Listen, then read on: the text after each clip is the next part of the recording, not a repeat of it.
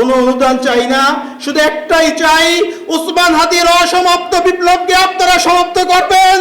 আপনারা যদি রাজি থাকেন আমার সাথে ওয়াদা করেন, ইনসাফের বাংলাদেশ গঠন না হওয়া পর্যন্ত আপনারা শান্ত হবেন না।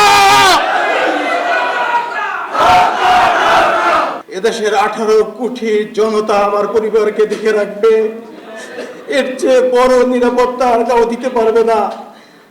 যদি আমি আমার রবের ডাকে সাড়া দিয়ে চলে যাই, আপনি শহীদের ভাই হবেন। আমার মাকে বলেছিল, আমি যদি মা চলে যাই আপনি শহীদের মা হবেন, এর চেয়ে আর গর্বের কিছু নাই। কিন্তু আমি শহীদের ভাই হতে চাই নাই। আমি চেয়েছিলাম রাজপথে বিপ্লবী ওসমানের পাশে থেকে এই বাংলাদেশকে আধিপত্যবাদ মুক্ত করতে। আমি চেয়েছিলাম ইনসাফের বাংলাদেশ যতদিন পর্যন্ত গঠন না হবে আমরা রাজপথ ছাড়ব না। কিন্তু আজকে ওসমান চলে গেছেন, আল্লাহ ওকে তার সর্বোচ্চ পুরস্কার দিয়ে নিয়ে গেছেন। শুক্রবারের জুমার নামাজের পরে সে গুলিবিদ্ধ হয়ে পরবর্তী শুক্রবার রাতে সে ইন্তেকাল করেছেন সিঙ্গাপুরে।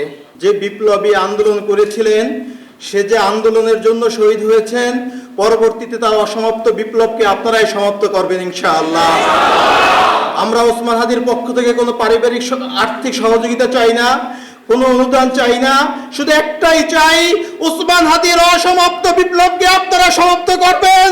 আপনারা যদি রাজি থাকেন আমার সাথে ওয়াদা করেন, ইনসাফের বাংলাদেশ গঠন না হওয়া পর্যন্ত আপনারা শান্ত হবেন না। উসমান হাদি শাহবাগে দাঁড়িয়ে বলতেন, এই শাহবাগ হাজার বছরের মুসলমানদের কাছ থেকে এই বঙ্গভূমি স্বাধীনতা কেড়ে নিয়েছে। এই শাহবাগে ফ্যাসিবাদের জন্ম হয়েছে, আমি এই শাহবাগ থেকে ফ্যাসিবাদকে রুখে দেব।